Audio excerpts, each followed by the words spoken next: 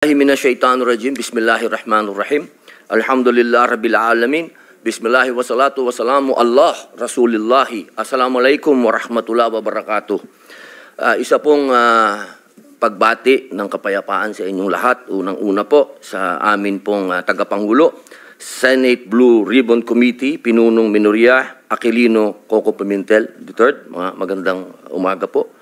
Sa amin pong pro tempore, Senator Jinggoy Estrada, sa amin pong Majority Leader, Francis Tol Tolentino, Sir, at sa amin pong Deputy Minority Floor Leader, Senator Risa Hontiveros, at siyempre po sa amin pong pinakamatigas na Senador, Senator Bato de la Rosa, at sa amin pong malasakit King, Senator Go, at sa lahat po ng mga bisita, at siyempre po sa Iron Man, ang hinahangaan po naming pinakamagaling na Pangulo ng Pilipinas, PRRD, Digong, Mayor, isang magandang umaga po sa inyong lahat. Ako po ay nakikinig sa mga opening statement ng aking mga kasama. Sila po ay mga batikan na senador, mga abogado, mga kilala na po na nagbibigay ng point of view sa legal na usapin. Ang akin pong pahayag ay naratibo ng isang convicted criminal. Ako po ay convicted. Ako po ay nakulong. Ako po ay nabuhay kasama ang mga kriminal sa Bilibid. At kilala ko po ang underworld. Siguro po, maaring sa ibang bagay, mas maraming nalalaman ang aking mga kasamang senador, pero pag pinag-usapan po natin ang mga kriminal dito sa bayan natin, ako po ang magsasabi sa inyo, napakadami na pong kriminal sa atin na walang puso, ang mga halang ang kaluluwa.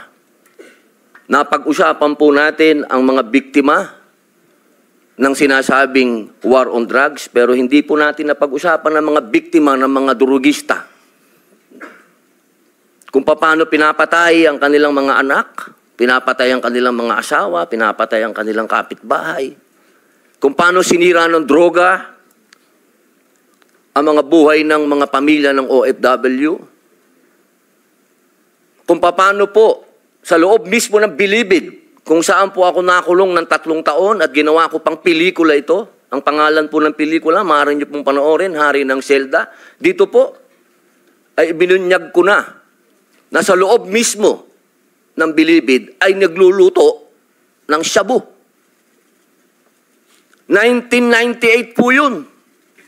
Kung bibilangin po natin yung taon na yun, hanggang sa dumating ang Iron Man, ilang taon po yun. Ganun po kahaba ang mga panahon na namayani at talagang naghahari ang mga drug pusher sa Bilibid.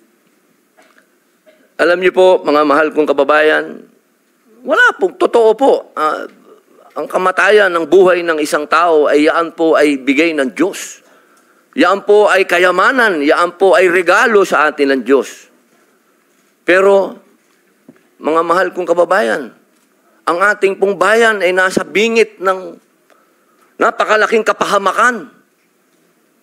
Kung hindi po tatitindig ang ating kapulisan, kung hindi po tatayo ang ating mga law enforcement, tayo po ay tatalunin ng mga sindikatong nag-ahari na nagluluto na ng mga droga kung saan-saan.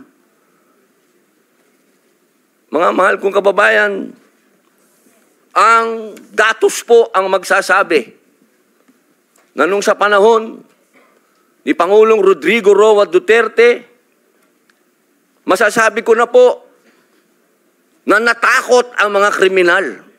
Wala pa po siyang ginagawa. Doon lang sa commercial niya na last Christmas yun na to, natakot na ho ang napakaraming kriminal. Natakot na ho ang napakaraming durugista, napakaraming pusher ang nag-surrender. Wala pong nangyayari. Sa salita lang po yun. Mga mahal kong kababayan, kung sisisi natin lahat ang mga namatay dito sa administrasyon ni Rodrigo Roa Duterte, abay nagkakamali po tayo. Alamin po natin kung ano ang drug underworld kung ano ang mga drug syndicates.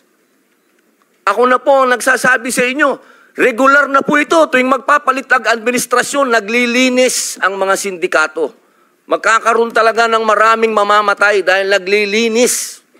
Para pagpasok ng bagong administrasyon, yung kanilang mga alagang, mga kriminal, mga alagang, mga pusher, mga tapos na. Sana po, sa usapin na ito, maging realistic po tayo, mga mahal kong kababayan. Kung kailan ba natin na ibalik sa mga kababayan natin ang kalsada. Nung panahon na yon, nagiinuman sa tabi, nakahubad, ang mga babae hindi makapaglakad, hindi ka makapaglakad ng may cellphone ka, agawin ng cellphone mo, loob ng bahay mo, papasukin ka. Mga kababayan naman, huwag naman nating haluan ng politika ito. May mga bagay dito sa mundo na kailangan maging realidad tayo. Buong mundo, problema ang droga. Kung walang tatayo para lumaban dito, paano na ang kinabukasan ng mga anak natin? Paano na ang kinabukasan ng bayan natin? Kaya sana po ang inihiling ko sa lahat dito sa pagdinig na ito, iwasan ng politika at tingnan po natin kung saan talaga tayo tutungo ang bayan natin. Mga kababayan, lubog na po tayo sa utang, lubog pa tayo sa tubig, pati ba naman sa ganito, lubog pa rin tayo. Yun lamang po, maraming salamat po.